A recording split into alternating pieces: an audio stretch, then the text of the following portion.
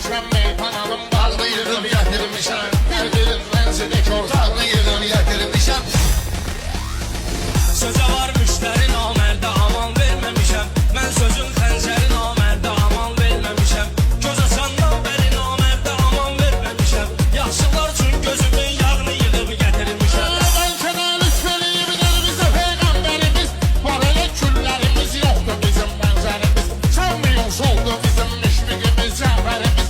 Mən onun dəvədən yarpağını yığıb gətirmişəm. Eşkirə ömrü boyu təsdiq olub şirinlikdə. Mənə heç ait deyil atam müasirlikdə. Bir məsələ eşitmişəm ki, düz olar birlikdə.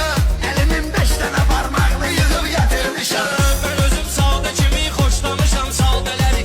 Əhli hal içməlidir ömrü boyu balbələri. Dağlılar güllələsin qoy bu haram zaldələri. 5 nəfər ermənin ağını yığıb gətirmişəm. Yaz gəlsə rəşadlərsə yedaqlar gələcək. Bu gün ölsəm 100 il haqqımda soraqlar gələcək. Bilmişəm məclisi və uşaqlar gələcək. Uşağın evindən oyun zərni yığıb gətirib. Şükür ki bu günlərdə hamımıza qismət olub. Mənzilə satmaq üçün ürəkdə düz niyyət olub. Hasan ki məhərrəmli ay meşiddə vəhdət olub. Biz Hüseynin qara bayrağını yığıb gətirmişəm. Canavarlar üçün əzəldən canavar eşitmişəm. Peşəkar sözünü deyən bir peşəkar eşitmişəm. Dağlı qardeşlərimin müjdası var eşitmişəm. Gecə Moskva univermağını yığıb gətirmişəm. Həyatın qanunu var, pozan da var, yazan da var. Ay ayaz değişmənin planlarım sızan da var. Meydanda külçə də var, kim də var, sazan da var. Hər sortuna soğuk qırmağını yığıb getirmişəm. Gərək bu meyxanada uzun aram olsun. Ay Ələkbər sözünün qüvvəti bir kalam olsun. Çaşadan mesiddə milyon bu qədər adam olsun. Görüm ki cütləyib başmağını yığıb gətirmişəm.